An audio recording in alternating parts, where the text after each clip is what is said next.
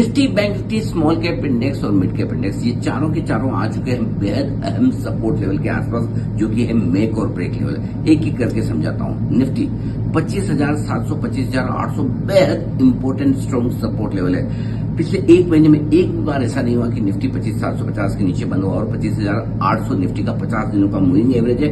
11 दिसंबर को 25,700 के पास 25,693 का लो बनाकर निफ्टी कुछ ही दिनों में 3-4 सेशन में 1.5% बढ़ गया।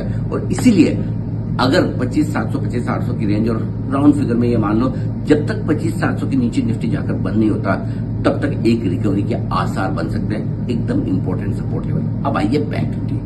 बैंक निफ्टी भी पिछले एक महीने से कमोबेश 58,800 और 59,800 इस 1,000 पॉइंट की रेंज में ही बार बार बंद हो रहा है। कल भी 58,800 का लो छुआ, वहीं से रिकवर कर गया। आज भी इंट्राडे में 58,800 के नीचे आया, लेकिन इंट्राडे में जो इंपॉर्टेंट सपोर्ट लेवल है नवंबर का वो है 58,650 का। तो 58,650, 58,800 बहुत स्ट्रॉन्ग सपोर्ट जोन है बैंक निफ्टी का। और अगर रिकवरी आनी तो यहीं से आनी है, और इसके नीचे बंद होने पर ही फ्रेश कमजोरी हुई।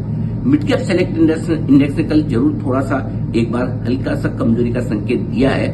ये हल्का सा अपनी जो रेंज बनी हुई थी 20 दिनों की, इस रेंज से सिर्फ 50 पॉइंट नीचे जाकर बंद हुआ है। 17,700 या 18,100 ये जो रेंज थी, इस रेंज में कल 17,650 के नीचे बंद हुआ है, सिर्फ 50 पॉइंट से। तो इसलिए आज देखना है कि ये मेक और ब्रेक लेवल से वापस ऊपर आता है या नहीं। और स्मॉल कैप इंडेक्स बिल्कुल अपने अहम सपोर्ट लेवल के आसपास है, और वहीं पर उसके ऊपर बंद हुआ है। सो और बार बार उसे होल्ड कर रहा है। सो चारों बड़े इंडेक्स हैं जो अपने सपोर्ट को होल्ड करने की कोशिश कर रहे हैं, और रिकवरी होनी तो भी आज ही का दिन है। और अगर इन बड़े लेवल्स के नीचे जाकर ट्रेड करते हैं तो फिर बाजार के लिए नीचे का रास्ता खुल जाता है। संभावनाएं ज्यादा है कि एक रिकवरी बन जाए, क्योंकि बाजार थोड़े ओवरसोल्ड है। FIC index futures long position घटकर 8% पर आ चुकी है, और बाजार में किसी का इंटरेस्ट है नहीं।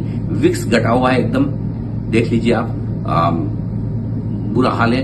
वॉल्यूम्स पिछले 2 साल के सबसे लोएस्ट लेवल पर चल रहे हैं, एवरेज ट्रेडिंग वॉल्यूम्स। और जब इंटरेस्ट कम हो, वॉल्यूम्स कम हो, वॉलेटिलिटी कम हो और बड़े सपोर्ट लेवल के आसपास हो, तो फिंगर्स क्रॉस एक रिकवरी का मौका बनता है। क्या आप सहमत है कि रिकवरी आएगी, या फिर इस बार फाइनली बाजार एक महीने बाद अपनी बड़ी सपोर्ट रेंज को तोड़कर नीचे की तैयारी कर रहा है? क्या है आपके विचार, लिख भेजिए।